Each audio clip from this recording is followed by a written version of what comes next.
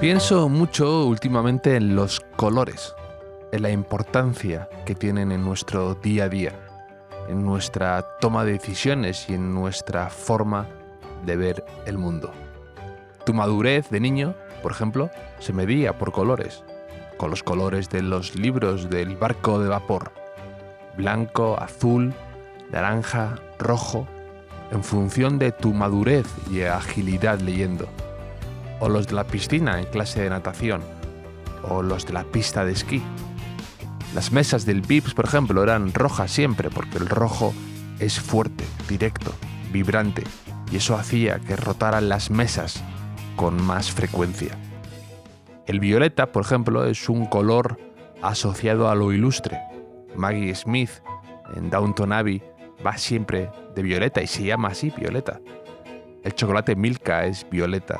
La bolsa de los almacenes Liberty en Londres, famosos por su elegancia y por devolver la belleza a los objetos cotidianos, es violeta. Cadbury es violeta, un chocolate asociado con eso, con lo ilustre. Y de hecho, cuando se quiso introducir en el mercado chino, donde está asociado con la pobreza por ser opuesto al amarillo imperial, tuvieron que cambiar el envoltorio e introducir elementos amarillos.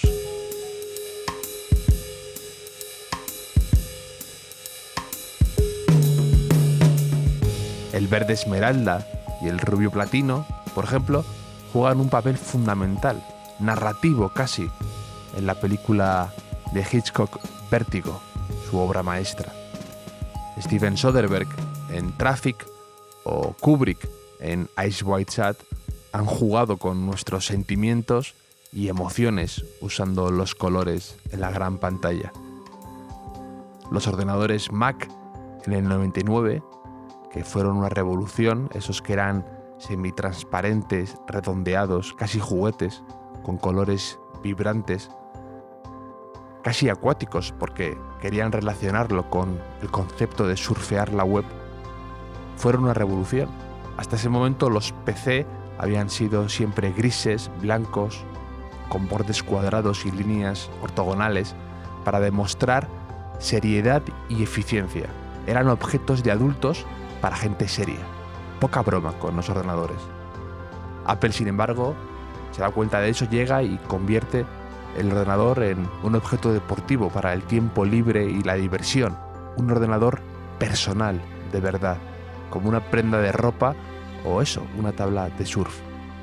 Era ese famoso eslogan que pusieron de moda de Think Different, piensa diferente.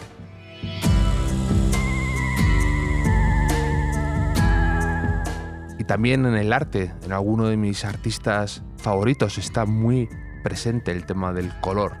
Kandinsky estaba obsesionado con los colores. Siempre hablaba de la ropa que llevaban en las aldeas que él visitaba de joven, como si fueran cuadros en movimientos, y que le influyó una barbaridad a la hora de pintar. Mondrian huye del caos de la guerra mundial, refugiándose en el orden, en los rectángulos y en los colores primarios. Sonia Delaunay, que hace poco tuvo una gran exposición en el Thyssen, decía que le atraía el color puro por los colores de su infancia, de Ucrania. Esos recuerdos de las bodas campesinas en su país, en las que los vestidos rojos o verdes, con muchas cintas que los adornaban, volaban en los bailes. Si observas algún cuadro de Picasso, a lo mejor puedes ver destellos de los girasoles de Van Gogh o los naranjas tahitianos de Gauguin. Andy Warhol, por ejemplo, se hizo muy famoso por saber combinar mejor que nadie la tradición bizantina de pintura de iconos, de lo sagrado, con lo de los anuncios comerciales y las estrellas de su tiempo.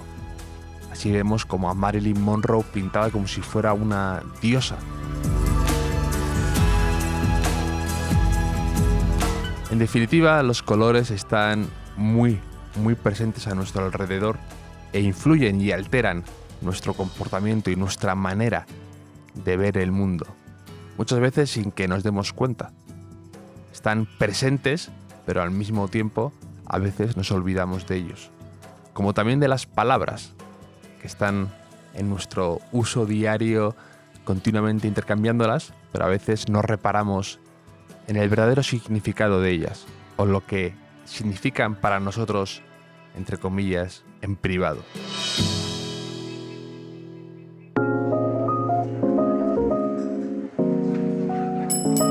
Bienvenidos al Hotel Jorge Juan, con Javier Aznar, un podcast de Vanity Fair y Seagrams. Así que de todo esto, de colores y de palabras, y de muchas más cosas, vamos a hablar con mi invitada de hoy, con Coco Dávez, que es una artista polifacética, reconocible por sus retratos faceless y el gran uso que hace de los colores, y además estrena un podcast que se va a llamar Participantes para un delirio. Así que os animo a que suscribáis y que, como veréis, además, ese nombre hace justicia a la forma de hablar y de ver el mundo de mi querida Coco, que es como un torbellino andante. Así que nos ponemos el primer chisporroteante Seagrams tónica, burbujeante y frío. Encendemos el ventilador. Siempre soy más de ventilador que de aire acondicionado. Y empezamos esta agradable charla.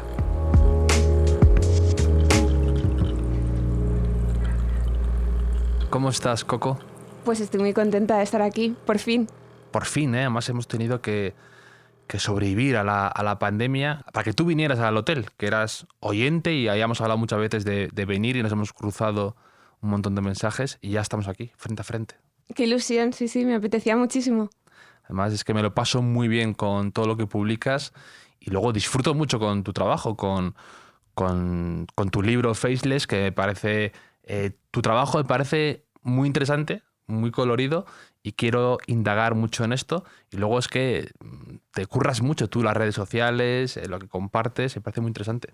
Muchas gracias. La verdad es que me lo paso muy bien con las redes. Así como la gente me dice, eso lleva mucho trabajo. Cuando te lo pasas bien no te cuesta tanto. Y no. Me alegro que llegue eso. Sí, es una forma muy útil de compartir tu trabajo y de hacer ver lo que haces. Que en tu caso, además, como es algo tan colorido, todo esto, estas caras que haces sin ser caras, ¿no? ¿Esto cómo se te ocurrió a ti, para empezar? Bueno, la idea de Faceless, que en sí me parecía como una broma porque era el retrato sin cara, surgió por un error. O sea, esto pasó hace casi 5 años, una tarde en la que yo estaba en plena crisis creativa, un poco aburrida de hacer siempre lo mismo, de intentar buscar como un estilo, caer en la trampa de lo que crees tú que funciona y buscar las maneras de hacer eso que creía que funcionaba pero que no disfrutaba.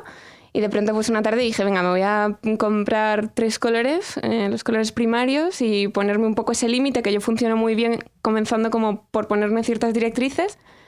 Y vamos a hacer un retrato con acrílico, que llevaba años sin tocarlo, y a ver qué sale. Y el primer retrato pues fue de Patti Smith, después de leerme el libro Éramos unos niños, así como un poco homenaje a esa lectura, y el resultado fue horrible. O sea, horrible. Y entonces dije, bueno, esto va a ir a la papelera, tengo aquí un montón de pintura en la paleta que no sé qué hacer con ella, pues voy a rellenar los huecos en blanco. Y de repente rellené todo y quedó ese primer Faceless, que a mí de pronto me despertó algo y me parecía mucho más interesante, porque yo seguía viendo al personaje sin verle la cara. Y entonces dije, si esto lo empiezo a hacer con referentes a modo juego, como el quién es quién, que a mí me encantaba cuando era pequeña, pues a ver qué pasa. Y entonces surgió así, me planteé hacer uno al día y los 4 primeros funcionaron muy bien, y entonces empezó todo como un juego. Y ahora estás con tus caras que no son caras, las veo en portadas de revistas. Y acabas de hacer la portada, la cubierta del libro de Rachel Cash, que es Libros del Asteroide, Despojos, que es un libro muy recomendable, y sale tu cara que ya la reconozco, el estilo, eso me encanta. Y luego tienes una galería, esta es una galería en Londres, han publicado en todos lados tu trabajo, me parece interesantísimo todo eso. Muchas gracias. La verdad es que cuando empezó todo esto, ya te digo, como una broma, no esperaba tampoco que llegáramos hasta aquí, pero claro, o sea, el camino ha sido muy divertido. Coco Dávez, además me hace mucha gracia porque es la primera persona que conozco que el nombre artístico es peor que el nombre original. Es verdad, verdad, pues sí, mira, te doy la razón. Es que tu nombre original es Valeria Palmeiro, ¿no? Sí. Que es el nombre con más carisma que he escuchado en muchísimo tiempo. Es como el nombre de un personaje de una novela. Muchas gracias. Pues fíjate, yo recuerdo cuando era adolescente, que es cuando surge Coco David, que la idea era como crear una marca y me apetecía como una marca que a mí me sonara bien, como un seudónimo así que me molara, porque en ese momento mi nombre no me encantaba. Y claro, cuando han pasado los años digo, joder, sí, no suena mal. O sea, Palmeiro, ahora como retrocedo. Valeria Palmeiro me parece el nombre de típica inspectora de policía de homicidios de una serie, de una novela.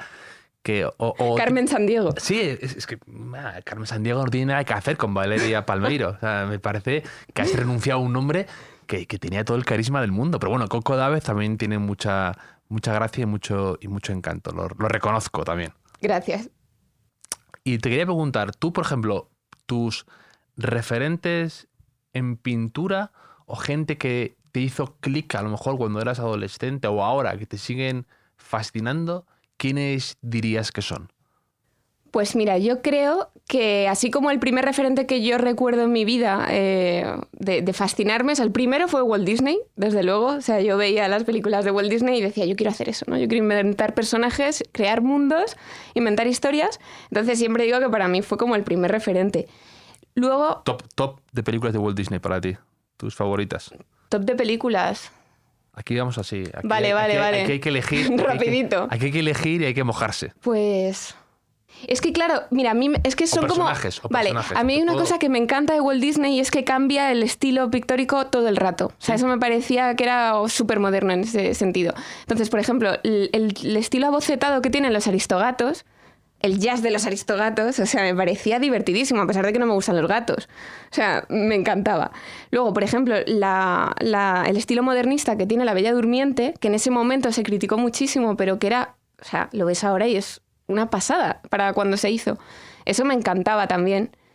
Y luego es que yo qué sé, claro, bandas sonoras, no sé, es que es muy difícil que yo elija... A mí me encantaba toda la estética que hay y los personajes, cómo están dibujados, de 101 Dálmatas. A mí me encanta el comienzo de 101 Dálmatas. Me encanta. Porque, o sea, ese comienzo... Los perros y las personas. Eso me encanta. Y me encanta cómo presenta al personaje, al dueño de Pongo. Sí, que es el escritor, ¿no? Sí, no, sí. El músico, ¿no? A través de su ventana. O sea, me encanta y me parece como un poco Woody Allen este rollo, ¿no? Es muy elegante el trazo que tiene. Y luego, pero ese comienzo de que los perros se parecen a las personas es bastante... Es perfecto. Además es real. Sale una pintora como con un perro de estos afganos o algo así. Sí. Me encantaba. Y ahora esto que tengo perro... Sí, Helio, la nueva estrella de Instagram, que es un perro mitad canguro, mitad... Murciélago, ¿no? Sí. Es impresionante, me parece una maravilla de perro. Muchas gracias. No sabemos de qué es, de dónde ha salido, cómo... porque puede ser un galgo, un podenco, puede ser un murciélago, como tú dices. Sí, un canguro, sí. Pues este perrito lo abandonaron hace muy poco en una carretera de Granada, así que es el perro andaluz. Espero que no. Y sí, ahora que lo estamos empezando a sacar al parque, me siento todo el rato como en este comienzo de 101 Dálmatas que tú dices, porque ves exactamente a todos los dueños de esos perros idénticos. Sí, ¿no? Y a ti te pega Helio también, porque es un perro bastante... difícil de definir, indescriptible y bastante variopinto, efectivamente. Pintoresco, sí. Pintoresco, eso es una gran verdad. Y luego, ¿qué más referentes? Has dicho Walt Disney, ¿qué más referentes? Y luego, fíjate, me encantaba Dalí cuando era niña y recuerdo pedirle a mi padre los típicos calendarios, agendas. Me flipaba porque me recordaba también mucho la estética a Tim Burton. ¿Sabes? Como esas figuras alargadas, esos universos así como un poco oscuros, pero que a la vez quieres entrar en ellos. Me parecía muy interesante, pero luego es verdad que a raíz de un trabajo que tuve que hacer para el periódico El Mundo, un especial Dalí, empecé a indagar demasiado en el personaje y se me cayó el mito. Y es de esas personas que necesito separarlo un poco de persona artista, pero reconozco también que estéticamente no me llama, ya. Y luego así como un referente que entró de lleno en mi vida fue Picasso, porque yo recuerdo con 9 años mi padre me llevó a ver el Guernica por primera vez y recuerdo que le dije, pero, o sea, horrorizada le dije, ¿esto qué hace en un museo? Pues esto es horrible. O sea, esto no es una obra de arte, ¿no? Porque yo me imaginaba algo tipo el Prado, como ese virtuosismo, esas formas perfectas. Y claro, mi padre se empezó a descojonar y me dijo, claro, pero es que para llegar a esto ha tenido que pasar por todo lo demás. y viendo el proceso, que eso es lo que más me gusta del Guernica, las fotos que hay de todo el proceso, viendo todo esto de repente, o sea, no sé, como que algo se abrió en mí y dije, claro, es que el arte no tiene que encantarte, el arte tiene que conmoverte, tiene que provocarte cosas. Y que a mí me provoque algo, aunque sea muy negativo, me encanta. Y eso me pasa un poco con Rothko también. La primera vez que fui a la Tate Modern, que esperaba ver estos cuadros gigantes de colores naranjas, rosas, pues lo que me encontré fue las últimas obras antes de su suicidio, que son... Tirando a oscuro. Sí, y me pasó un poco lo mismo. Fue como entrar ahí y sensación casi de claustrofobia. Como me abrumó mucho todo ese ambiente. Y dije, hostia, qué potente es esto. Y también a mí no sé por qué, te asocio con cosas de Hockney, de Warhol. Me producen la misma sensación de un poco a veces de alegría, de no sé, de color. Lo asocio contigo mucho, Hockney, por ejemplo. No sé por qué. Sí, o sea, es verdad que así como referentes, ya te digo, o sea, de gente que me ha impactado, pues Sí, te hablo de Picasso, sí. que no tiene nada que ver con lo que yo hago, pero sí que es cierto que luego la primera exposición que yo fui a ver por mi cuenta, con 14 años, fue de Warhol, que claro, o sea, a mí me encanta el mundo pop, eso es innegable. Y con Warhol me pasó algo parecido como con Dalí. O sea, de repente empecé a conocer más del personaje y me empezó a dejar de gustar. Pero desde que leí mi filosofía de A a B y de B a A, que la leí hace un año más o menos, o sea, Warhol me ha ganado de nuevo. O sea, me pareció un tipo muy divertido. Pero es muy curioso esto que me dices tú, siendo además artista, ¿no? Que te cueste distinguir personaje de obra, ¿no? O sea, pero ¿sabes qué pasa? Que a mí me pasa un poco como a ti, que soy muy fan de las biografías, de los diarios, y entonces hay cosas que veo que digo, joder, no comparto nada esta filosofía contigo. Y entonces me empieza como a caer mal el personaje. Pero luego, o sea, en el caso de Warhol sí que es cierto que tiene un humor muy fino, muy negro, que me encanta. O sea, me ha vuelto a ganar.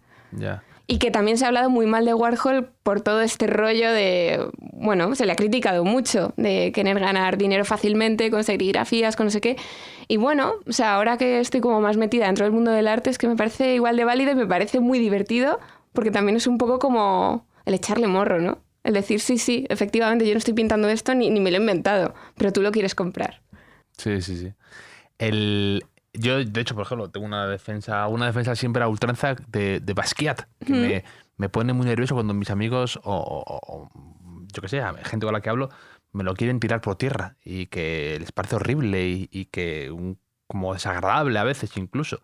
Y para mí es uno de mis favoritísimos. Y de hecho me encantó que el último disco de Strokes saliera con la cubierta, ¿Sí? con la portada de este cuadro de Basquiat. Y a veces es lo que dices tú, que a mí lo que pasa es que con el personaje y obra, al revés, me gusta que sean un poco miserables. O sea, no, bro, porque, ¿sabes por qué? Porque cuando veo ese talento, me reconforta comprobar que luego eran personas muy humanas y con sus miserias, con sus inseguridades, con sus problemas, con sus miedos. Y eso me reconforta, porque a veces les tenemos en una especie de pedestal y pensamos que son gente perfecta e inmaculada. Y eso es interesante, ¿sabes? Sí, eso es cierto. Mira, a mí, justo hablando de Basquiat, me pasó un poco algo parecido. O sea, yo veía su obra y reconozco que no me encantaba. De repente fui a la expo que hicieron en el Guggenheim y vi su documental y leí mucho acerca de él. Y de repente me empezó a ganar. O sea, empecé como a entender toda esa obra y ahora me encanta. O sea, es de mis favoritos. Y respecto a Hockney, sí, yo creo que así es como el referente más directo que puedo tener. O sea, todas las pinturas que tienes como... Bueno, eso que yo busco también en mi arte, ¿no? Que sea como un ambiente como muy alegre, muy colorista. Lo que me gusta mucho de Hockney es que él empezó a pintar Los Ángeles cuando todo el mundo quería pintar París. Y él decía, pues eso, que la gente siga pintando París, que yo pintaré Los Ángeles. Y me encanta ese ambiente, siempre como... Parece que siempre es verano, ¿no? En la obra de Hockney. Y tú, por ejemplo, ahora que te acabas de cambiar de estudio, te has ido a otro que es una pasada, por lo que veo en las fotos. Te quería preguntar un poco por tus rutinas. Si eres una persona que sufre un poco creando, por así decirlo, o si al revés tú eres bastante metódica y siempre estás ahí intentando cumplir los plazos. ¿Y cómo lo llevas desde un punto de vista personal, te voy a decir? Yo creo que la rutina es muy importante, así como al principio no creía mucho en ella y siempre he sido un poco caótica, pero creo que dentro de ese caos sí que es verdad que he sido muy perseverante. O sea, he tenido claro desde hace mucho tiempo que quería dedicarme a esto y a pesar de no tener una rutina como lo que tú dices, muy de horarios estrictos o siempre hacer lo mismo, sí que considero que soy bastante perseverante en los proyectos. O sea, necesito tener objetivos, tener proyectos que visualizar y cuándo llegar a ellos y saber un poco por dónde tirar, porque si no es verdad que no sé funcionar. Trabajo muy bien bajo presión. Sí. O sea, cuando me dan una fecha de entrega digo gracias.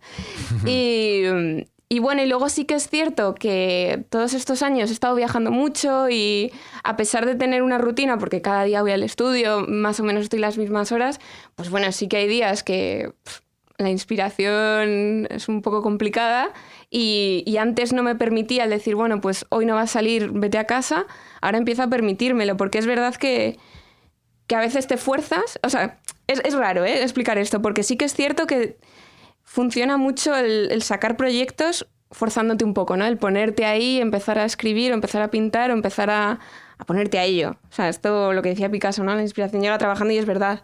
Pero sí que hay momentos que yo no sé si estoy más cansada o estoy, no sé, que me empiezo a permitirme el decir, bueno, pues hoy vete y mañana vente con ganas y vente con fuerza, porque me ha pasado muchas veces de decir, venga, hasta que no salga no me voy a las 4 de la mañana del estudio sin haber hecho nada, al día siguiente estoy agotada, no hago nada tampoco y al final pierdes el tiempo. Entonces, bueno, dentro de ese caos tengo mi rutina. Y ahora que no estoy viajando tanto, sí que reconozco que igual me puede agobiar un poco el estar cada día haciendo lo mismo. ¿Cuáles han sido tus viajes favoritos últimamente? Ayer te contaste algo que me hizo mucha gracia, que te había sido, no sé si, ahora no me acuerdo dónde fue exactamente, pero que ibas como muy ilusionada y te pilló como, no sé si un tifón o algo así. Bueno, sí, ese fue un viaje que hice a Nueva York que fue el viaje catastrófico. O sea, yo iba ahí por trabajo y me iba a quedar una semana yo sola a mi bola y iba a aprovechar para ir a ver una amiga a Miami porque yo no lo conozco y bueno, pues estaba todo como planeado y me parecía como muy divertido. Entonces llegué a Barajas y me llaman por el ¿cómo se dice? El altavoz. Sí. Y yo soy muy ilusa y pensaba que iba a ser como una buena noticia, rollo. Vuelas en business, ¿sabes? O sea, dije que bien, me llaman. Te llaman por megafonía Eso. y tú crees que es para darte un premio, ¿no? Sí, para... pienso que era algo interesante. Y yo voy como súper ilusionada, así soy yo, cuéntame. Por favor, ¿dónde está mi coche? Claro. Y me dicen, mira, tienes denegado el acceso a Estados Unidos. Digo, ¿cómo? Sí, claro, es que lo tienes denegado porque has cambiado de pasaporte. Digo, ya, porque lo que ocurrió fue que yo pedí el ESTA con un pasaporte que me caducaba en 2 meses y me dijeron, con esto de Trump, igual si te caduca en los próximos 6 meses no te dejan entrar. Entonces, cámbialo. Y digo, ya, pero ya he pedido el permiso y tengo que decir, en contra de esa comisaría a la que yo fui, que me dijeron, no pasa nada. Tú ve, no pasa nada, ve con los 2 pasaportes. Digo, pero hay uno roto, o sea, no creo que esto en Estados Unidos me digan tranquila. Vete con los 2 pasaportes, no suena a consejo convincente en la vida, te diré. Entonces yo pasé Barajas, pasé el control policial, les dije, vengo con 2 pasaportes. Me dijeron, tranquila, adelante, esto es España a Es veces. muy común, 2 pasaportes. Claro. Y entonces cuando me llaman, lo usan mucho. cuando me llaman por megafonía dije, bueno, todo va bien. O sea, adelante. Lo de los 2 pasaportes les ha ido a gustar mucho porque Claro. me están llamando para dar un premio. Sí, entonces me dijeron esto y me dijeron, mira, pues pide ahora el permiso de nuevo, pero claro, tarda de 24 a 72 horas. Y digo, yo mañana tengo que estar trabajando a las 9 de la mañana en Nueva York. Entonces me dijeron, pues lo siento, ahora mismo no podemos hacer nada, lo único que te puedo ofrecer es un vuelo a Dallas. Digo, ¿a Dallas? ¿Pero yo qué hago en Dallas ahora? Entonces me puse a llorar, en parte bastante real, pero en parte también o sea, soy un poco drama queen. Y entonces, mecanismo para conseguir cosas, ¿no? Dices. sí, ahí fue un poco esto exagerado. Sí. Y entonces le dije al tío, por favor, pero ¿cómo me puedes decir esto? Pero yo tengo que ir. Entonces, Dallas, corriendo. yo qué hago en Dallas. ¿Qué hago en Dallas? Entonces me puse con el móvil a sacarme el permiso y fui a una página fraudulenta. Entonces yo dije, ¿pero por qué me ha costado 60 euros si esto es mucho más barato? Eso es una página fraudulenta. Bueno, cerramos ya la puerta, no va a poder entrar. Digo, pero espere un momento. Entonces le digo, ¿no me pueden dejar un ordenador? Porque iba muy mal el móvil, el internet y todo esto. No tenemos acceso en estos ordenadores a internet. Digo, ¿pero en qué siglo? O sea, ¿qué año estamos ahora mismo de repente? Y nada, entonces perdí el vuelo. Pero ese hombre maravilloso me dijo, mira, hay un hueco en el vuelo de las 4.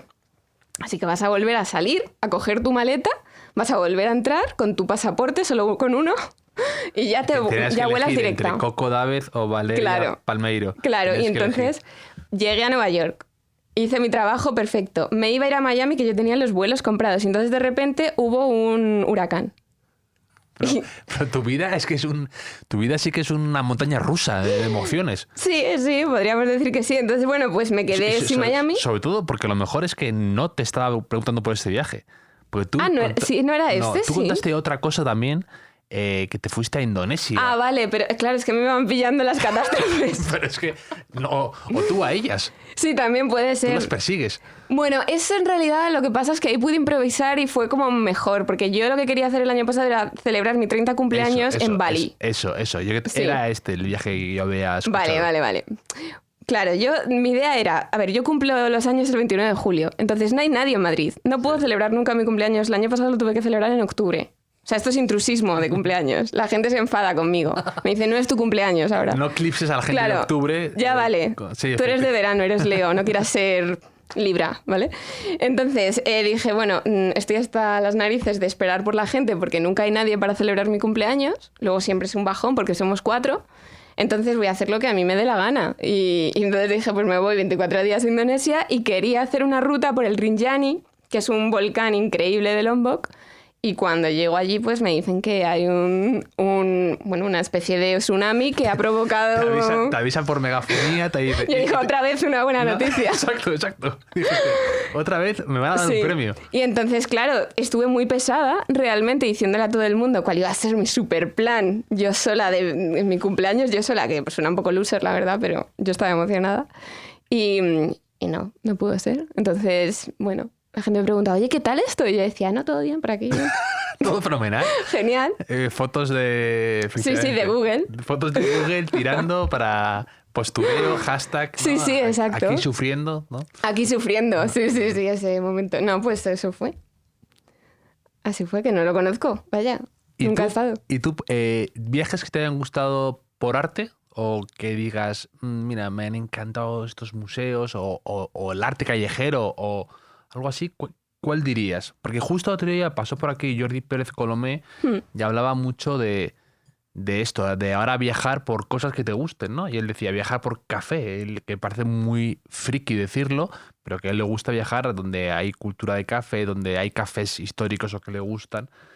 Y yo pensaba también que a mí me gusta viajar también un poco a veces por arte, ¿no? Por ver un museo, por ver una exposición temporal, aunque sea, por si hay una feria de arte, me gusta. Y te quería preguntar a ti, como experta y como artista también, ¿cuál es así tan inspirado para viajar? Pues mira, así yo creo que tengo como mis 3 viajes top sobre arte. El primero, así que te diría, fue la última exposición que ha tenido la Tate de Olafur Eliasson, que me alucina. Y dije, ostras, Olafur llega a la Tate. Y encima, bueno, esta es otra de mis errores, los viajes. Me llega una newsletter de la Tate y me dice, pone como algo así como Olafur Eliasson Talks. Y digo, ¡buah, va a hablar él! O sea, me cojo un vuelo ya. Entonces compré la entrada porque solo había 100. Entonces era como una conferencia y luego una visita para 100 personas por la exposición. Entonces me compré el vuelo, me compré la entrada para irme por la mañana y volverme al día siguiente. O sea, solo para ver la expo. Entonces llego ahí súper emocionada y ahí estaba el comisario. Olafur no estaba. Y digo, ¿pero dónde está Olafur? O sea, yo he venido a verte a ti. Y está el comisario. Olafur he venido a verte. Claro, y no estuvo. Entonces lo mismo, todo el mundo, ¡ay, qué tal Olafur! Y digo, o sea, Olafur está... Íntimos. Sí. Te copas con él toda la noche. Entonces, Olafur. Son esos momentos que me planteo si contarlo o no. Y bueno, pero me encantó la exposición. Luego hice lo mismo con la exposición de Keith Haring en Liverpool, también el otoño pasado, que me fui expresamente a ver esto. Y luego una que recuerdo con mucho cariño fue la primera vez que fui a Los Ángeles, que estaba la mayor retrospectiva de Yayoi Kusama, y según salió se agotaron todos los tickets de los próximos 3 meses, pero cada día daban creo que 100, 200 tickets si ibas súper temprano y esperabas una cola del carajo. Y entonces solo me quedaban 2 días en Los Ángeles y dije, solo me queda, o sea, mañana es la única posibilidad. Entonces yo no soy de madrugar, o sea, me cuesta muchísimo, pero dije, pues ya yo lo voy a hacer. El museo yo creo que abría a las 10 y me levanté a las 7, o sea, me parecía bastante. Sí. Entonces dije, bueno, venga, vamos. cuando llegué, o sea, la cola daba la vuelta, pero no al museo, al siguiente edificio. Y aún así, o sea, me fui como contando a la gente, rollo, vale, si son 200 voy a ir contando las posibilidades que tengo de entrar. Y claro, yo dije, vale, está bien porque hay como 150 personas, pero claro, esa gente estaba esperando a que el novio le trajera el café o le trajera el desayuno y dije, o sea, es el doble. Pero pude entrar y me encantó. Has mencionado a Kit Haring, ¿no? Que te encanta como artista. Le veo muchas referencias tuyas en lo que publicas o cosas que subes. ¿Sabes qué? Otro día llevo toda la vida pensando que él fue el que hizo a Fido Dido. Y resulta que no. Es que parece un retrato suyo, ¿verdad? No, un poco.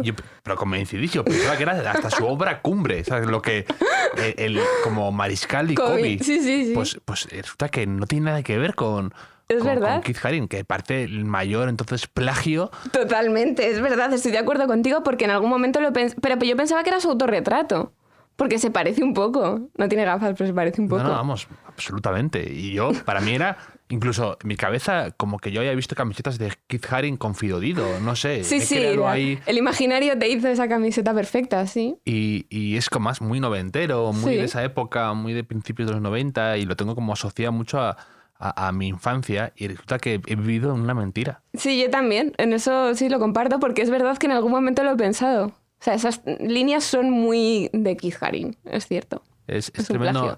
Te lo comenté, ¿no? Que salía el asesino de... Yo sabía que este tema iba a salir. Luc Magnotta, el asesino terrorífico del documental de... ¿Cómo se llamaba? El asesino de los gatos, ¿no? O algo así. No te lo inventes. No te lo inventes para... ¿No? Se llama... En inglés es Don't Fuck With Cats o algo así, y en español se llama Que nadie toque a los gatos o algo así. Para mí es el asesino de los gatos. No, porque efectivamente va de eso. Pero es una historia fascinante con un malvado, que es este tipo. Sí, horrible. Que es una especie de asesino. Un asesino. Y sale él con una camiseta de Kit Haring. Sí, eso me tocó un poco. Ya no te gusta Kit Haring, ¿no? Sí me gusta, pero claro, dije... Para el personaje de obra. Compartimos algo, estas mentes, ¿no?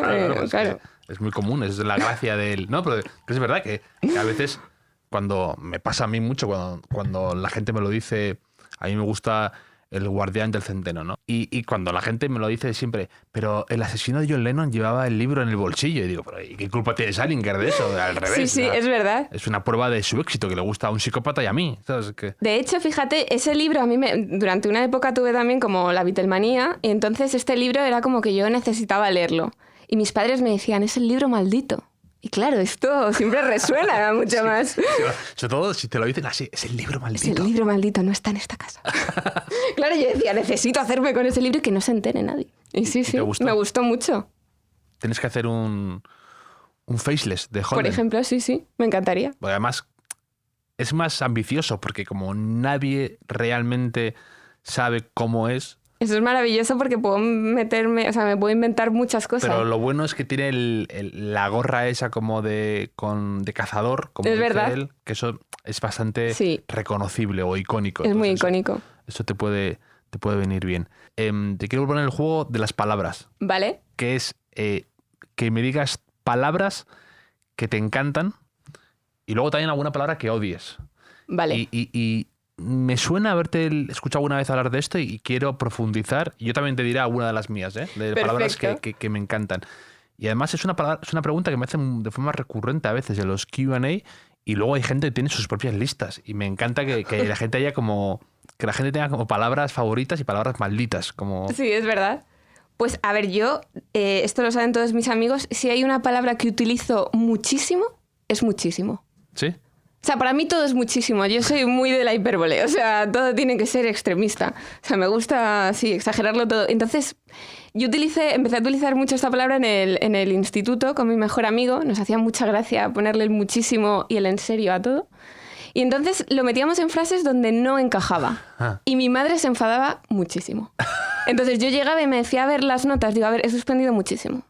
Y me decía, a ver, ¿se suspende o no? Pero muchísimo no se puede suspender. Y digo, hombre, vamos a desarrollar esto. Igual sí se puede suspender muchísimo. O amanece muchísimo. Claro, o sea, no puede amanecer o no. Entonces esta la utilizo mucho y me encanta. Luego es verdad que tengo palabras, así que son como mis favoritas. Yo soy muy palabrotera. Y cuando la gente mete muchos tacos, me muero de risa. Y cuanto más fuertes, pues más gracia me hacen. Entonces, tengo algunos que son como un poco ochenteros, que me flipan, que son como cretino, miserable, arrabalero. Arrabalero. Pero eso no son tacos, eso no son... Bueno, son como insultos, pero como light. Sí. Pero decir, esto es un miserable, esto es un cretino. O sea, Sí, me sí. eccanta. Sí, cretino te llena la boca, ¿verdad? Te llena la boca y me fascina. Fechorías, hacer fechorías. Es como que suena ya un poco añejo. Hacer fechorías. Pero me encanta. Y luego hay otra que utilizo mucho, que yo no sé si esto es intrusismo lingüístico, pero quilombo. Me Quilombo, encanta. sí, intrusismo, apropiación cultural. Te diría. Apropiación cultural, sí, totalmente. Quilombo me encanta. Yo, Y el quilombo yo tengo asociado a un disco de un músico, no diré que es el disco, un músico que todo el mundo presume de escuchar, pero era DJ Kun. ajá, ¿No te acuerdas? La de que salía un disco que se llama Carácter Latino, Sí. que era ponle un poco de sabor aquí, ponle un poco de sabor allá, ponte a disparar. no sé de qué ratatata. estás hablando, No, Javier. pero de verdad es como... Era una especie de DJ que era como medio argentino, medio español, y entonces él metía la palabra quilombo continuamente. Entonces la tengo como un poco interiorizada, pero a la vez me causa rechazo por eso. O sea, a mí me causa interés y a la vez también me causa cierto rechazo esto que me estás hablando. No sé si quiero escucharlo o no. No escuches Porque a ha DJ sido un Kun. poco extraño. Sí, por supuesto. O sea, el quilombo me encanta, pero esas frases que has dicho... Sí, era como Eran un poco un proto-reggaetón, por así decirlo. Bueno, puede ser interesante, ¿eh? Era un reggaetón primitivo. Vale, Reggaetón primitivo, ojo al nivel de... pero bueno, me gusta, pásamelo luego. Y entonces son palabras de estas que yo no soy tan cómodo porque me parecen como muy de... A mí cuando la gente, hablando de, por ejemplo, de fútbol, usan muchos argentinismos, no. Te chirría. Me chirría un poco porque lo considero extraño a veces. Ya, eso es verdad. O sea, a mí me pasa con ciertas pandillas, ya tienen muy... Pandilla es una buena palabra también, ¿eh? Pandilleros. Sí, pandillero y pandilla.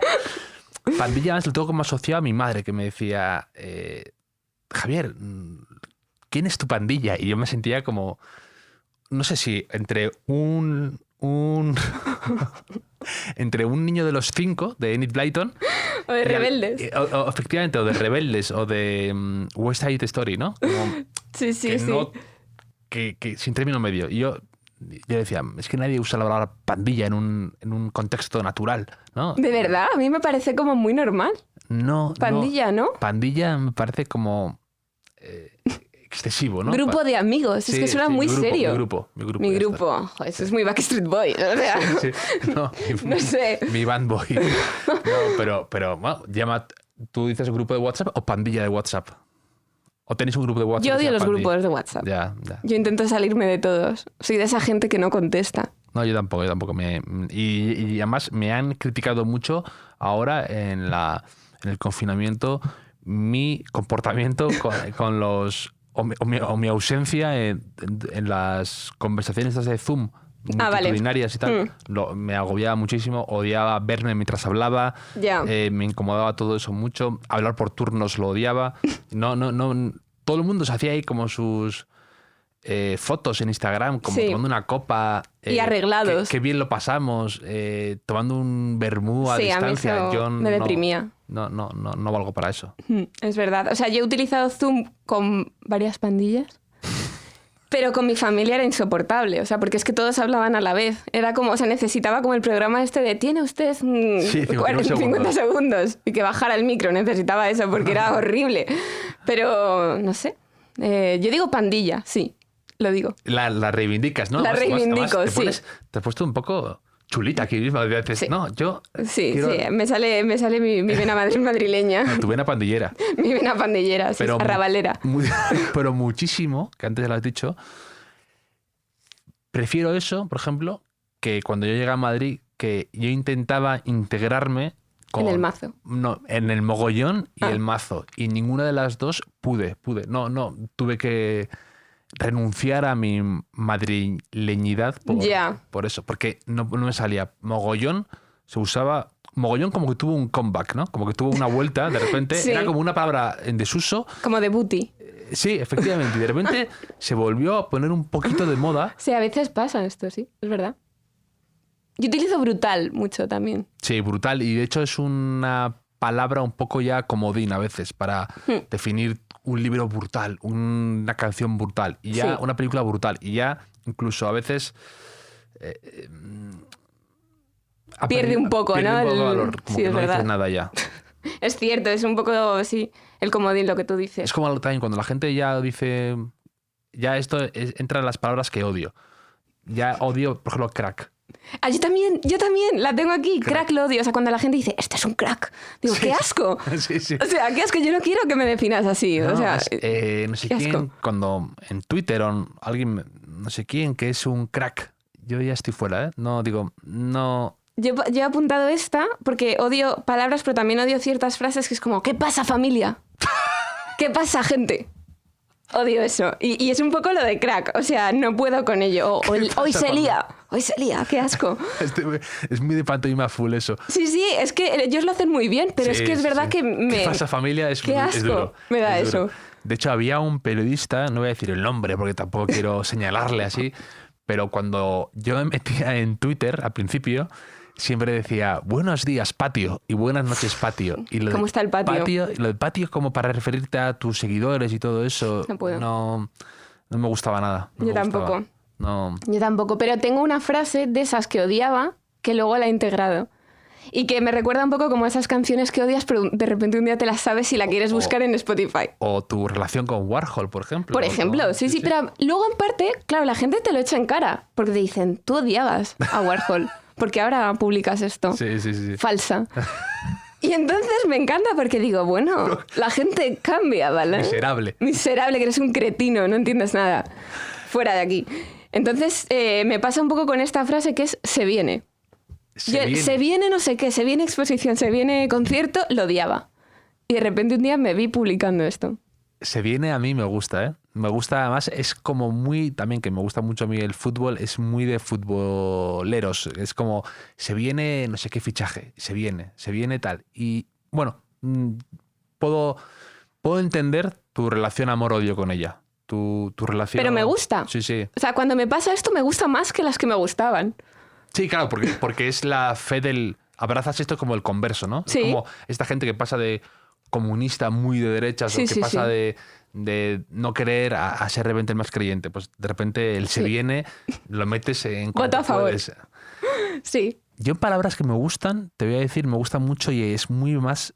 Por ejemplo, muy veraniega ahora. Que me gusta mucho crocante. Y crocante y su derivada Crocante me gusta, en sí. forma de bombón helado. Además, son esas palabras... Onomatopéyicas, ¿no? Sí, totalmente. Que suenan en tu cabeza cuando las dices. Crocantes como muy, ¿verdad? Yo de esas me he apuntado. Bombón helado, ¿no? Eso me encanta porque es verdad que lo saboreas casi al decirlo. Totalmente. Lo escuchas, no en tu boca casi. Y yo de esas he apuntado varias. Rimbombante. Me encanta. Maravillosa, rimbombante. Yo la uso mucho, demasiado tal vez. Anonadado.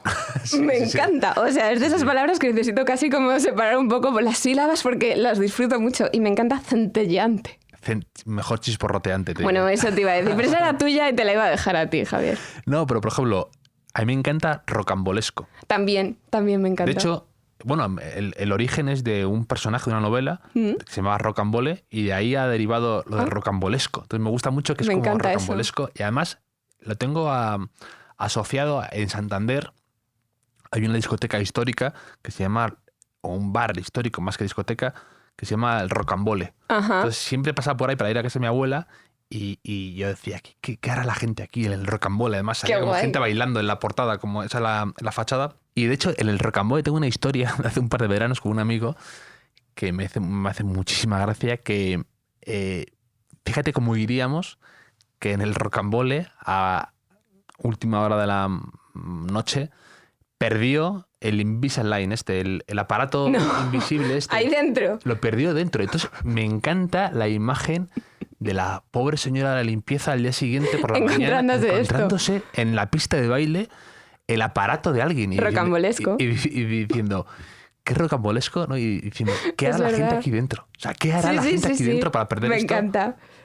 Me encanta. Había una discoteca, que ahora no recuerdo el nombre, en Madrid, que tenía así, era muy pija. pero ponían temas como de Julio Iglesias, salían camareros a ofrecerte un sándwich. Green, No. es novísimo. Es novísimo. Y yo dije, novísimo. solo por el nombre, dije, tengo que venir un día. Y fui solo un día. Pero dije, es muy rocambolesco también este ambiente, sí. porque Julio Iglesias me encanta. Sí, pero sí, no sí. esperaba bailar Julio Iglesias. Y... Yo, Julio Iglesias, no puedo con él, fíjate. Ah, ¿no? La gente lo ha convertido como una especie de icono ahora, como también que va a los festivales. O sea, como un poco como Rafael. Es un poco cómico, ¿no? A la Todo. gente le gusta defender, incluso el más alternativo te defiende a Julio Iglesias. A mí es que me parece un genio porque se ha ganado una vida, me refiero, un éxito tremendo internacional, sin cantar y sin tocar nada y puedo, o sea, ahí me quito el sombrero, porque nunca me ha interesado, me ha parecido un poco... Y además mucha gente cree que me gusta Julio Iglesias, no sé por qué asumen eso, y que lo cual también me deja un poco... Porque tienes pinta de ir a... Es novísimo, es novísimo, ¿no? Sí, sí. Sí. Otras palabras que me gustan, muy de verano, solazar, sestear, zambullir. Son palabras como, ¿verdad? Zambullir. Que asocias al Sí. verano, a la playa o a estar como en Estival. un barco. Estival, es preciosa. Es muy bonita. A Sí, mí me es gusta verdad. mucho matinal. Matinal. Me gusta. De hecho, Matutino. sí, matutina y matinal son como... Pero a mí de pequeño una vez me llevaron a la sesión matinal de cine y como me encantaba el cine, pues lo tengo como asociado matinal a una palabra de felicidad. Ya, como romántico, ¿no? Que me El llevaron recuerdo. al cine por la mañana, que me encantaba además, y por la mañana lo tengo asociado a algo de felicidad, lo matinal. Ya, es bonita también, es verdad. Yo es que reconozco, porque viendo un poco estas palabras así que recuerdo, o sea, soy un poco añeja, con las palabras que me gustan, porque guateque, Guateque es... yeye. Hay un amigo que dice, hoy me siento yeye, y me encanta cuando lo dice. Porque digo, entiendo lo que quieres decir. Sí, te compro todo, compro. el yeyismo, te lo compro ahora mismo. Sí, me encanta eso. Y luego hay palabras, por supuesto, que me dan bastante asco. No Sí, sé, por pero me supuesto. pasa. Sí, sí. Que es como verborrea, porque me recuerda a seborrea y me da mucho asco. O sea, cuando la gente Verborrea y dice, seborrea. tiene mucha verborrea, digo, qué horror, no quiero Qué conocer horror a que esta te digan persona. eso. Porque Me parece que tiene halitosis, o sea, Sí, es como una cosa horrible.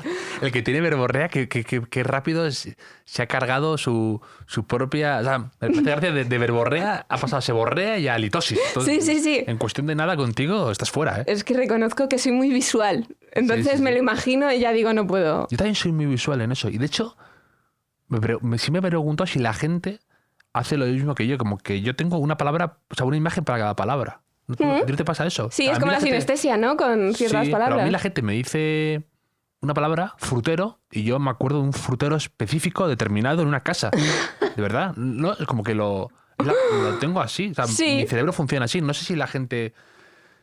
No sé, son esas cosas que digo, ¿seré normal o esto... No, esto tiene un nombre que ahora no recuerdo, que son las reglas de la... Joder, no me acuerdo. Es como cuando te dicen árbol y tú claramente tienes una imagen de un árbol. Sí, no sí, hace sí. falta que te enseñen las ramas, Sí, tal. O sea, pero tienes como la un silueta. como un diccionario, digamos. O sea, que tienes como- piccionario. Sí, Un piccionario. Efectivamente. Pero tienes como automáticamente alguna imagen asociada determinada. Sí. Y me pasa mucho esto con los nombres de personas. O sea, yo he conocido Sí, claro, por gente que supuesto, me han caído por supuesto. fatal Sí, y el nombre fuera. y digo, o sea, esta persona va a ser aburridísima. Porque Sí, ya sí. conocía a otra persona que se llamaba así. O alguien que, no sé, que No, y chocaba. pensando en el día de tener hijos, dices... Bueno, no puedes poner esos No, nombres claro, nunca. dices, es que... y además... Claro, pero es que no hay segundas oportunidades para una primera impresión. El primero que llegue a tu vida es el que va a marcar el estereotipo ya de esa persona, ¿no? A mí me pasó con el nombre Paloma. O sea, había una en mi colegio que era, o sea, realmente la persona más aburrida que yo he conocido. Entonces, cada vez que hay una Paloma en mi vida, digo, "Uf, voy a tener que darle una oportunidad", porque ya vengo pensando que va a ser Seguro una que tiene persona... verborrea. Seguro que tiene halitosis. O sea, me pasa, sí. Más palabras que te gusten. Más palabras que me gusten. A mí, por ejemplo, me gusta mucho... no tiene ningún criterio en esto. Me gusta mucho consulado y cónsul. Consulado. Pero cuando la gente dice, tengo cita en el consulado de Rusia, me parece... de Suena repente, importante. Suena importantísimo, porque tienes una cita con el país, casi Sí, sí. directamente, de tú a tú. ¿Y no te pasa con la embajada? Sí, también, por O sea, supuesto. en Yo- cine era sí, como el embajador, la embajada. O sea, suena como muy elegante sí. siempre. Sí, con la banda así cruzada, ¿verdad? Sí, y que te inviten a la embajada es como que va a ser una fiesta muy guay. Sí, de hecho yo he ido a fiestas en la embajada y siempre han estado por debajo de mis expectativas, porque yo imagino, por Joder. supuesto, no sé, una fiesta en la embajada, la cosa más loca Claro. y lleno además de Un poco sorrentino, ¿no? Sí, el ambiente. Absolutamente sorrentinesca. Y luego pues son fiestas un poco más... He estado en la Embajada de Italia, en la Embajada de Colombia, he estado en alguna...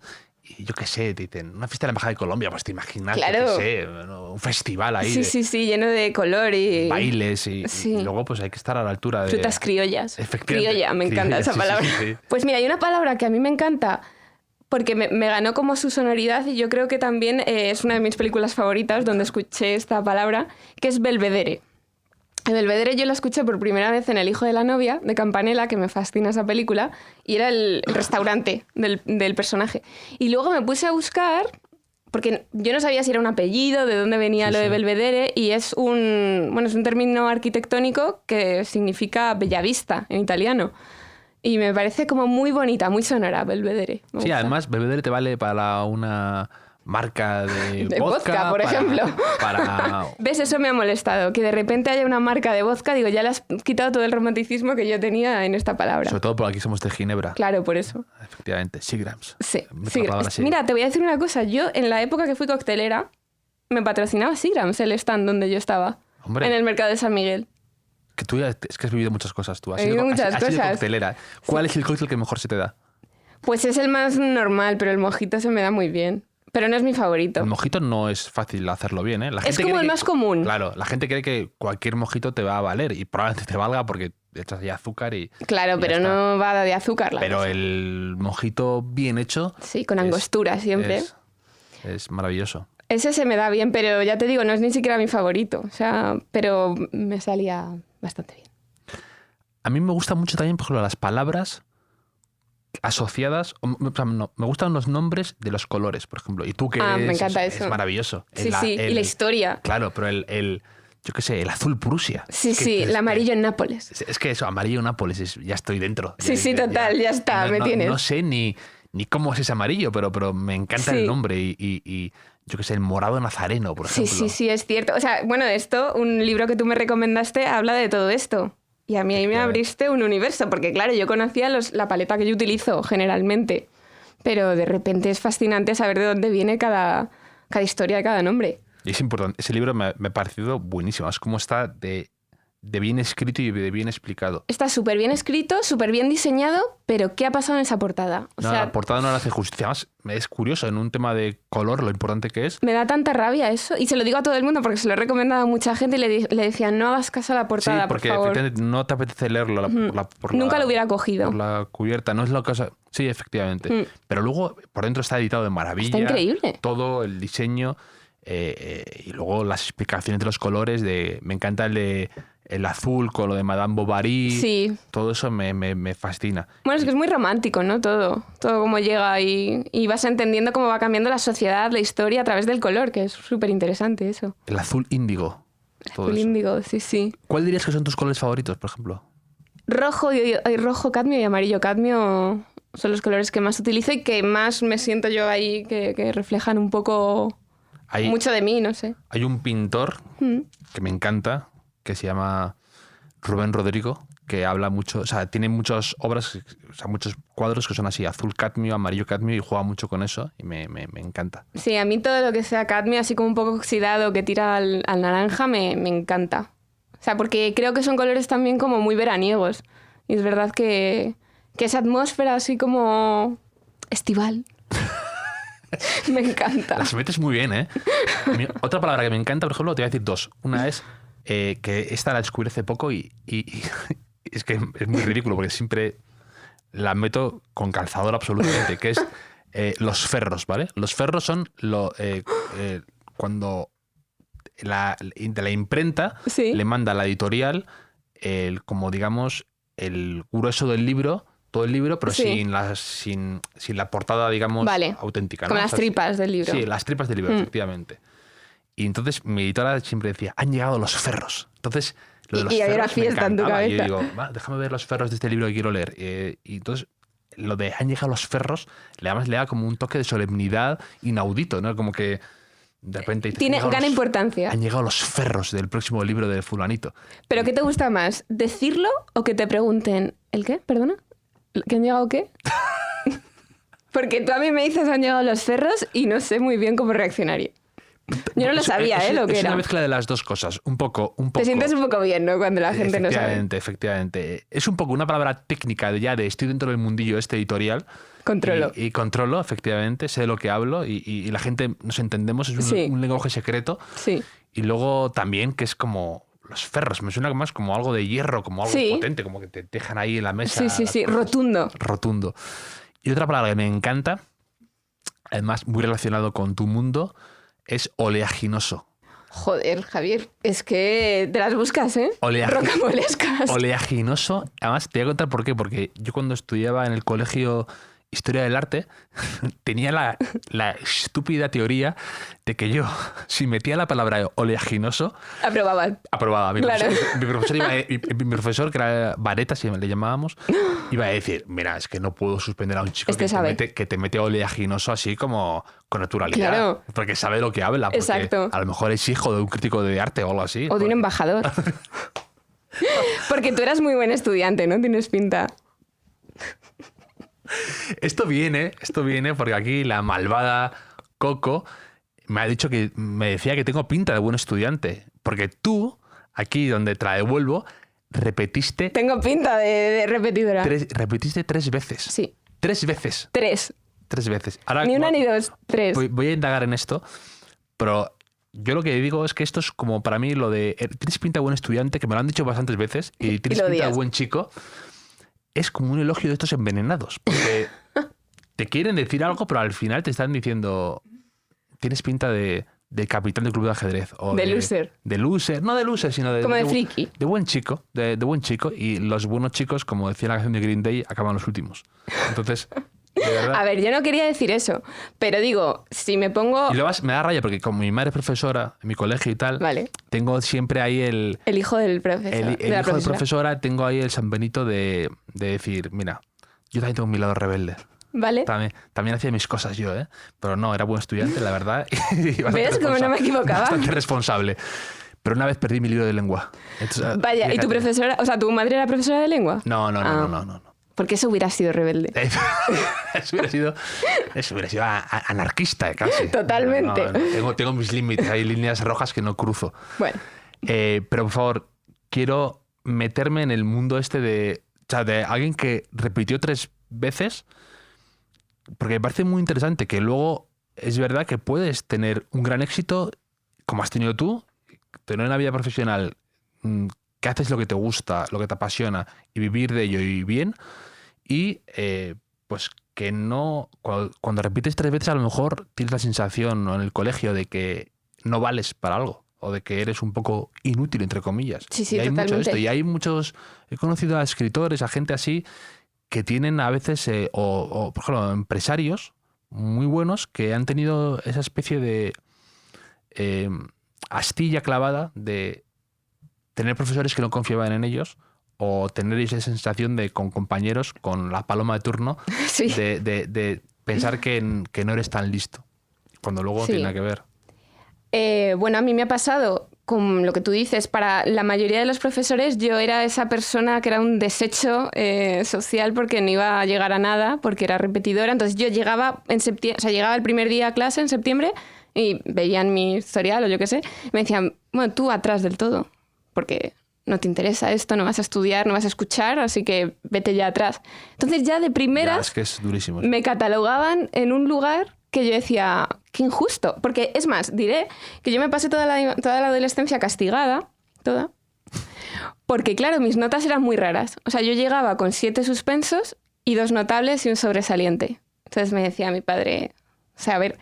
Está claro. He suspendido muchísimo. Claro, o sea, me decía, primero he suspendido muchísimo. Segundo, no entiendo esto, porque no es en plan que no te guste estudiar o que te cueste, que ahí podríamos entendernos mejor y te podría ayudar.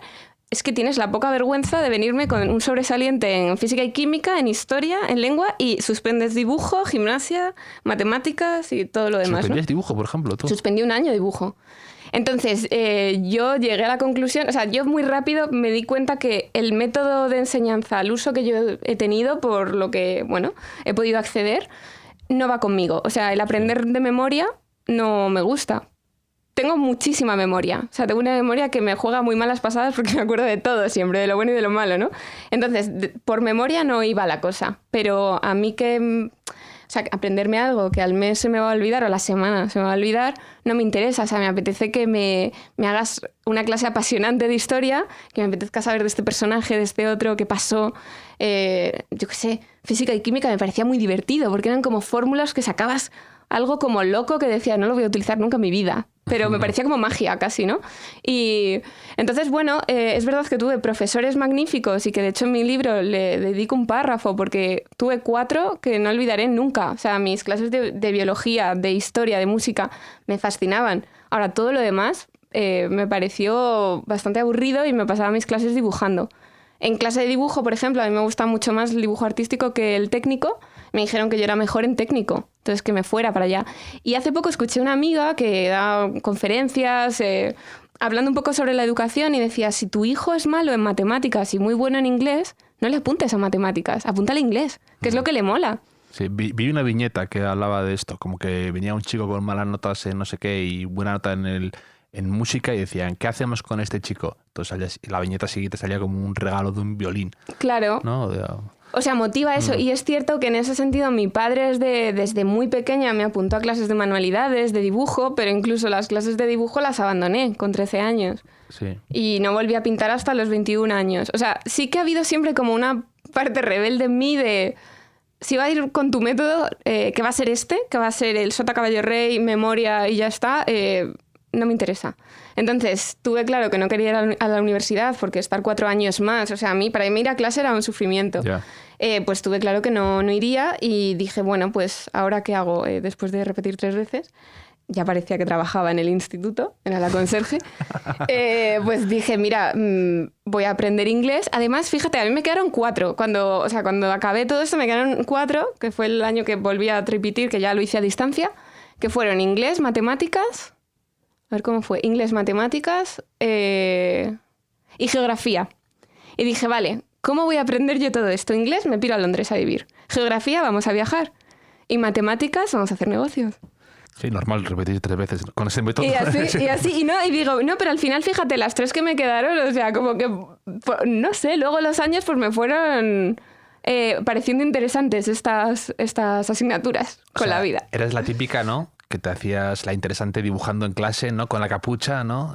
Con el Walkman escuchando música y haciendo dibujos, ¿no? Yo era muy de hacer caricaturas y decir, adivina quién es este. Eso me encantaba. Sí. Eso me encantaba y la gente lo adivinaba. Pero luego era un poco... O sea, era muy buena también, realmente, porque yo, por ejemplo, soy muy impuntual y llegaba siempre tarde, siempre, esto me viene de familia. Entonces me decían, tú te tienes que quedar castigada de 2 a 3. Nadie se quedaba, yo me quedaba. Todos los días me quedaba y decía, bueno, pues... O sea, era muy cumplidora, era muy obediente, pero luego no aprobaba. Pues tiene mérito, porque a veces, yo eso lo he comentado más con gente, que quizá en España, y te diría incluso en nuestra generación, hay mucha titulitis, mucha obsesión sí. por y lo que tú has dicho antes un par de veces, el intrusismo también hay como tiene muy mala fama. Si tú no tienes la carrera canónica de esto, no te puedes dedicar a esto, porque estos 4 años, que no son nada en la vida de nadie, son totalmente insalvables. O sea, no puedes hacer nada si no tienes la formación adecuada. Sí. Evidentemente, bueno, si eres médico, pues necesitarás esos eso, por conocimientos, supuesto. claro. Pero hay muchas carreras que quizá no necesitas o puedes cubrir con otro tipo de formación. A mí me gusta mucho, me parece muy interesante la gente que estudia una cosa y luego hace otra totalmente distinta en su vida. Pero que necesitabas pasar por eso para llegar a lo otro, sí, que de repente descubres. Y que luego el currículum sigue teniendo su peso en la carrera. El formato currículum a mí en general me parecía bastante horrible de por sí. Claro, o sea, yo en eso lo que era buena realmente era en falsificar todo eso. Sí, mi primer trabajo fue falsificadora de notas. O sea, yo me he ganado una pasta. Se ha atragantado Alberto de la impresión, como yo, que seríamos buenos chicos los dos. Pero has hecho atragantar a un heavy. Perdón. O sea, aquí el amigo Alberto es heavy, técnico de sonido. Y yo estoy escandalizado aquí. Mi vida ha derivado en esto: tener una falsificadora de notas y un heavy. Mira, yo tenía claro que me encantaba el arte. Y dentro del mundo del arte, la figura que más me fascina es el falsificador de arte. O sea, me encanta. Se acaba de morir Eric el belga, que era fascinante. ¿Has visto el documental de un falsificador genuino? Genuino, una palabra también. No lo he visto. O sea, bueno, tienes que verlo, está en filming. Si te genuino. la cara cuando dices No, la palabra. este te va a fascinar, porque además te cuenta que, claro, el tío tenía a todos los galeristas de París con pinchados en plan de hazme un Matisse, hazme un Picasso, ¿qué tardas? 2 días, venga. Y entonces hacía pastiches, otra palabra que me gusta mucho. Y entonces me fascina porque digo, tío, eres un puñetero genio. Sí, sí. Porque hacer un pastiche es muy divertido, es coger la esencia del personaje y crear algo nuevo. Entonces, bueno, pues motivada por gente así, dije, bueno, voy a falsificar unas notas. ¿Qué hay que hacer? Una firma del director. Venga. ¿Qué papel es este? Porque yo era muy friki desde pequeña. Entonces era como, este papel tiene tantos gramos, se compra aquí. Yo sé dónde encontrar el papel de las notas. Y me ganaba una pasta. Entonces, claro, la gente no entendía nada. Porque decía, esta gente... que Yo las cobraba, ¿eh? Pero bueno, pero esto ya es estafa piramidal. Claro. Y estoy a punto de llevarte a la comisaría ahora, donde... No, esto lo conté una vez a los galeristas de Londres y me dijeron, esto en la sociedad británica no lo digas. Hombre, ni en la española, ni en la española. Pero en la española hay un poco la picaresca, o sea, es como un poco más divertido. Es que es que se me está poniendo la piel de gallina con este escándalo. No solo falsificabas tus notas. Yo claro. No, las mías no, porque yo ya iba a suspender, yo me daba igual, o sea, yo iba a entrar por la puerta y iba a estar castigada, o sea, yo no tenía que perder tiempo con mis notas. Lo convertiste en un negocio. O sea, sí. Pero desde pequeña siempre he estado haciendo negocios. De hecho, en el colegio una vez me llamaron diciendo, esto es real, con 7 años me llaman del director. Me dicen, cuéntanos la secta esta que has hecho. Digo, ¿secta? Yo nunca había oído esa palabra. Digo, ¿cómo secta? Y esto, resumido, porque es un poco largo, mi tía trabajaba en una agencia de publi y le daban muchas camisetas y gorras de marcas. Entonces hizo un evento y le sobraron tropecientas camisetas. Y me dijo, toma, llévaselo a tus amigos. Y había 20, éramos 27 en clase. Y dije, a ver, esto no va a ser gratis. O sea, quien quiera una camiseta tendrá que pasar una prueba. No había que pagar, pero había que pasar una prueba. Entonces era como un currículo, o sea, no, como un cuestionario. Entonces yo te decía, ¿cuáles son tus intereses? ¿O qué es lo que más te gusta? De 0 a 10, ¿cuánto consideras que eres tanto? O sea, me encantaba como esa cosa de analizar a la gente. Entonces decía, este es apto. Entra. La gorra para él. No, había 2 gorras, que era la mía y una socia que me tuve que hacer porque no iba a hacerlo yo sola. Entonces, de repente, a los 3 días, todo el mundo llevaba esta camiseta como de grupo y claro, si estabas fuera, yo reconozco que es doloroso. Entonces... Una mezcla entre experimento social, pues secta, por supuesto. Osho, soy... Sí, no. sí, eres el Wild Country. Eso, efectivamente. Muy, muy bueno ese documental. Sí. Vamos, me estaba quedando fascinado con esta historia tuya de... De hecho, hay una foto que te la pasaré. Por favor. Ponme en el podcast con mi gorra y mi grupo de... No, pásamela, la quiero poner, por supuesto. Es real, y de hecho en esa foto se ve a todas las que ya estábamos dentro, porque claro, yo tenía una captadora que iba por el patio cogiendo gente. Es fuerte, ¿eh? Pero esto... Yo ahora me asusto un poco. Mi socia y una que no entró. Y entonces está en la foto, estamos todas en plan pandilleras y ella apartada. Es tremendo. Paloma. Este testimonio que estás aquí dejando. Me está dejando en muy mal lugar, pero... No, que va. Pero ya ahí pasé a la falsificación de notas y ahí ya sí que había dinero por medio. Palabras que odio también. Otra palabra que odio, por ejemplo. No me gusta nada. Esto no es una palabra, es un prefijo, ¿no? Sí. Ex. No me gusta ex. Ex para nada. Es que ex ya es negativo. No, por eso. Es negativo e incluso feo y despectivo. Sí. Y no me gusta, por ejemplo, cuando... Pues lo pensaba que voy a hacer un podcast con algún exjugador. Ajá. Y lo de exjugador ya me parece más como que le quitas todo el... Sí, todo el mérito. Todo el mérito y todo el caché, ¿no? Sí. También no me gusta, pero expresidente tampoco. Me parece como que ya estás pasado, viejo. Sí, es verdad. Y luego para tus relaciones sentimentales decir mi ex... Me parece como ya ex suelto ya es fatal. No, ex suelto ya es horrible porque ya... Y cuando la gente dice mi ex... Mi ex. Que digo, a ver... Es que tenéis relaciones sentimentales muy complicadas. Yo no tengo una vida tan azarosa. Pero yo esto lo he escuchado mucho. Mi ex. Que sí, digo, sí. pero a ver... Sí, no, ya es como... Son palabras feas o negativas. También me pasa con suegro y suegra. No. Sí, es verdad, pero porque tenemos esa concepción, ¿sabes? El concepto, ¿no? Siempre ha sido muy negativo. Sí, pero yo prefiero decir la madre de no sé quién y ya está. Sí. Incluso La madre de tu novia, si Sí, va a ser tu exacto. suegra, no de no sé quién. Exacto. ¿Será? No, sí, efectivamente. Claro. Pero que me gusta, pues yo qué sé, pues también me gusta, tampoco me entusiasma mi pareja, que me suena como a pareja, o sea, como a partida de póker o Sí. a pareja artística también. A mí me chirría más esposo. No, esposo y Mi esposa tía es como dice muy mi intenso. esposo y digo, qué horror. O sea, no conozco a esa persona. Es que me hace gracia porque además, claro, estás totalmente manipulando esto, porque cada vez que dices esposo lo dices así como una voz. Porque yo lo digo así cada vez que la gente lo dice. O sea, pasa como un filtro por mi oído que lo oigo distorsionado ya. Y no me gusta nada, por ejemplo, no me gusta barriga. Verruga. No, barruga es horroroso. O sea, barruga es una cosa atroz. Y majo y majete tampoco me gustan. Porque me parece... Es asqueroso. Majo y majete... Sí. Sin majes, ¿no? Sin, No, así. es que majete ya es Majete ya es... asqueroso. Es un poco como lo que te decía antes, un elogio envenenado. Sí, como, es no majete. tengo nada que resaltar de ti, no me pareces suficientemente interesante, pero tampoco pareces mala persona. Eres majete. Y te voy a decir majete. Y eso es como que no eres interesante, no tienes una voz propia, no tienes carácter. Es como la Sí. Coca-Cola sin cafeína y sin gas de los elogios, no sé. Fatal. Es verdad, o todo o nada. Es que ahí el término medio es bastante peligroso. Nunca me gustaría que dijeran. Majete, y hay una que me da mucho asco. Joder, me da asco todo, parece. Ay, no me sale ahora. Que es que te digan que eres... Ay, ahora se me ha olvidado. A mí, por ejemplo, cuando la gente te dice que eres muy currante o curranta, eso es un insulto envenenado. O sea, un insulto oculto. Eso hay mucho. Desarróllalo un poco Hay más. mucho, por ejemplo, eso en el mundo influencer, ya lo detectaron, en el mundo influencer, entre actores también, o escritores incluso. Cuando la gente dice, estoy aquí Ya sé por dónde vas. con mi amigo no sé qué, que es una curranta. Sí. Estás diciendo que, en el fondo estás diciendo que no tiene tanto talento, o Ya. que no es tan guapo o guapa, o que no es tan bueno actuando. Y en cambio lo que hace es... Se lo ocurra. Se lo ocurra todos los días 12 horas y pim, Sí. como un...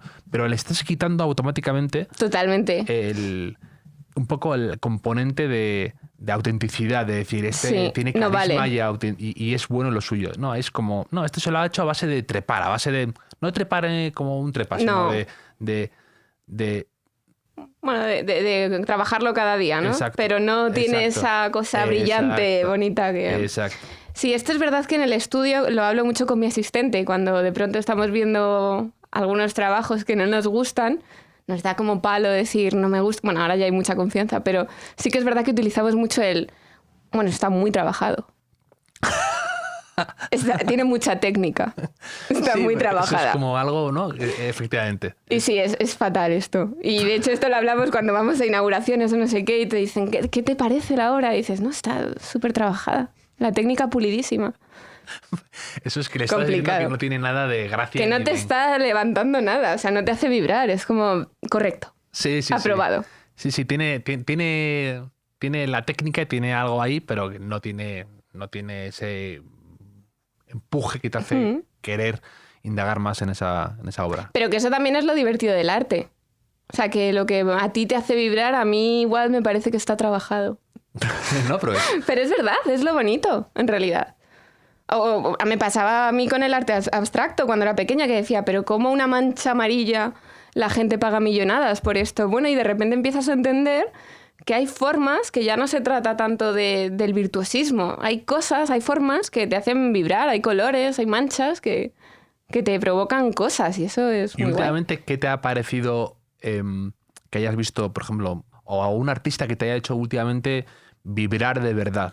Que no digas que está muy trabajado, sino que digas, de verdad, creo que tiene un talento salvaje esta persona. Pues, yo soy muy mala, cuando me dicen esto. O sea, sí que tengo como referentes actuales. Sí.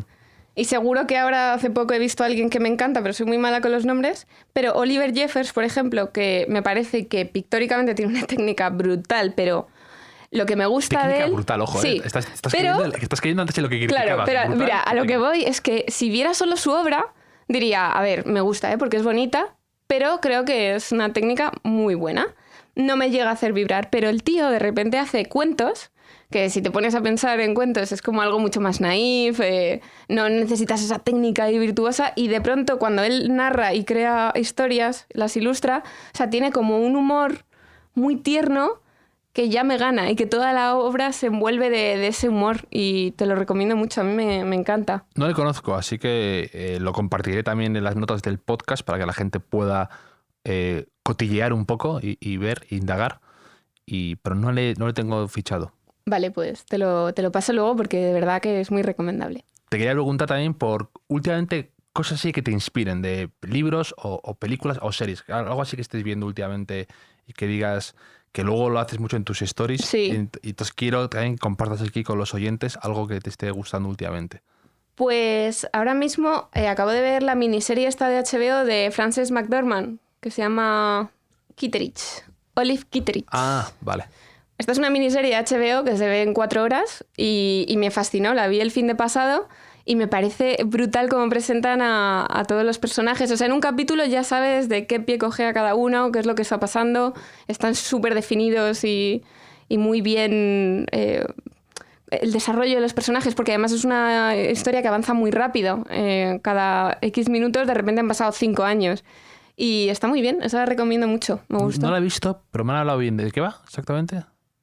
Pues bueno, es una historia compleja entre una mujer que vive una especie de depresión y que tiene un carácter muy apático con un pueblo precioso de Maine, que también el escenario es como... Bueno, el reparto, el escenario, todo está muy, muy bien. Y bueno, cómo van chocando todos esos personajes, pero ves la ternura en todos al final y está muy bien. Y así libros que haya leído últimamente... Bueno, es que yo soy de las que llego tarde a todo, siempre. Sí, entonces, pero bueno, lo importante es llegar. A veces... Yo soy de las que vi Breaking Bad hace 3 años. Ya, no, pero a mí me gusta también hacer eso porque ¿cómo decirlo? Te ahorras un poco todo el momento, todo el mundo hablando, opinando, que es demasiado a veces... El spoiler. A veces invasivo y a veces prefiero a veces disfrutar las cosas por mi cuenta, a mi ritmo, con mis cosas, un poco sin que todo el mundo esté hablando del tema en ese momento, y lo disfruto más. También yo vi un poco así, he disfrutado más Mad Men, por ejemplo, así, que hubo como un hype absoluto, una locura alrededor de Mad Men que me acababa saturando. Yo llegué tarde a esa también. Y luego, con más calma, con más tranquilidad, incluso pasado un poco el tiempo, la he disfrutado mucho más. Sí, pues a mí me ha pasado eso, pues lo mismo con Mad Men, que la vi también hace unos años. Se disfruta así también, o sea, insisto en lo útil a veces de llegar tarde. O sea, esta cuarentena es verdad que a mí me ha creado un poco de FOMO, toda esta gente todo el rato recomendando documentales, series, y yo decía, pero ¿de dónde sacar el tiempo? O sea, porque yo... Tú eres de esos, ¿no? Tú eres de esos de... Mi vida es muy interesante y yo no tengo tanto tiempo para ver series documentales. Eres de esas, ¿no? Yo no. O sea, no, al revés. Yo soy muy de documental y me trago todos los documentales, me encantan, pero me cuesta mucho engancharme en una serie. O sea, si es de esas que te dicen, no, a partir del 5º empieza lo bueno, digo, olvídate. No, aparte a mí eso no me gusta. No me gusta, o sea, yo quiero que en el primero, como me pasó con Fargo, que dices... Dios, necesito ver el segundo ya. Sí. Eso me encanta. Entonces, lo que sí que he hecho esta cuarentena, que he tenido más tiempo, o sea, sí que he visto pues, documentales que han ido saliendo y me he visto pelis que me flipan y que sé que voy a ir a cierto seguro. Y, por ejemplo, Esencia de Mujer, que es de mis favoritas, con Al Pacino. O sea, la vi el otro día después de tropecientos años y digo, es que me sigue encantando. Esa escena bailando creo que es probablemente de las favoritas de muchísima gente. Joder, es brutal. O sea, la escena en el coche conduciendo a Brooklyn, ¿qué dices? Porque estuve en diciembre en Brooklyn, digo, tío, ¿cómo ha cambiado desde el 92 ahora que es completamente otra ciudad? No sé, esas cosas me gustan, como ver con otros ojos pelis o series que ya conocía. Eso es muy curioso. Lo he comentado aquí alguna vez, que tú crees que las has visto o que tienes una opinión sobre ese, lo que sea, un libro, una serie, una película, y realmente porque lo hayas visto una vez con 19 años, no es lo que te define, porque eres una persona totalmente distinta. Es como ver otra película nueva. Pero totalmente distinta. A mí me pasó, por ejemplo, con Lost in Translation. La primera vez que la vi, pues, bueno, pero que después me ha parecido tan tan maravillosa y estuve como un tiempo diciendo, no, a mí esta película no me gustaba. Y tú en tu cabeza tienes como esa impresión, cuando realmente no, y la puedes volver a ver cualquier película y lo ves con unos ojos y con un conocimiento y con una capacidad de juzgar, es que 100% diferente. No te voy a decir 100% diferente. Sí, y que de repente te ves reflejado en personajes que antes no. A mí, por ejemplo, con Girls me pasó que yo vi la serie y era como, ¡buah! O sea, no paraba de hablar de ella, me encantaba. Ahora la veo y digo, claro, igual ya tengo otra edad y hablan de cosas que igual ya no me interesan tanto, pero en su momento me fascinó. Y con Friends, que yo sé que a ti te gusta mucho Friends, me parece muy curioso que la generación de mi hermana, yo a mi hermana le saco 8 años, no le gusta. Te dicen, qué aburrida. A ver, bueno, eso entre comillas. Algunas personas. Porque Friends es como, bueno, el que ahora le están descubriendo los millennials y Netflix ha pagado un dineral loquísimo por tenerlo. Porque no de hecho, sabía, Friends y The Office son como las series que la gente ve para desconectar, como para antes de acostarse. Sí, son cortitas, te sacan alegres, de todo. Con unas bromas recurrentes cada poco tiempo, te sacan una sonrisa y hay mucha gente, pero que entiendo lo que dices, que es como, pues si tú ves o nosotros vemos Cheers, pues a lo mejor el humor, hay un salto generacional que a lo mejor no lo entiendes tanto, o que no te gusta tanto como le gustaba a lo mejor a tus padres. O sea, a mí, por ejemplo, Roxanne me encantaba, no sé si tú la llegaste a ver. No la he llegado a ver. Pero esta la veían mis padres y me recuerda a ese momento, ¿no? Tuvo una movida ahora muy gorda, la actriz protagonista. ¿Qué me dices? Sí, como comentarios muy polémicos. ¿Ah, sí? Y la cancelaron. Y volviendo a la serie esta de HBO, que como has hablado de la película de Bill Murray y Scarlett Johansson, el personaje de Bill Murray te va a encantar en la miniserie de HBO. Ah, que sale Bill Murray ahí. Ah, no tenía ni idea. Y sale muy poquito, pero a mí es de mis personajes favoritos. Me parece muy complejo y muy divertido. Y me va a gustar porque, creo que sí. Porque tiene pinta de buen estudiante o de Boy Scout, que es lo que me... Sí, es como lo contrario a pandillero. O sea, no sé. También me gusta mucho cuando la gente dice, para insultar a alguien, dice lo contrario a algo bueno, ¿no? Claro, sí, es como más elegante, por no decirlo. Efectivamente. Oye, pues me lo he pasado estupendamente contigo, Coco. Yo también. Tenía muchas ganas de traerte al hotel, pero por fin te he tenido aquí y me lo he pasado fenomenal contigo hablando de todo esto que hemos hablado, que al final ha sido una catarata de palabras que odiamos, que nos gustan, una catarsis, efectivamente, también una buena palabra también. Sí. La catarsis y el tomatazo, era una mítica obra de teatro en Madrid. De Cristina Rota. Pues oye, me lo he pasado fenomenal y gracias por venir. Un placer, muchas gracias a ti.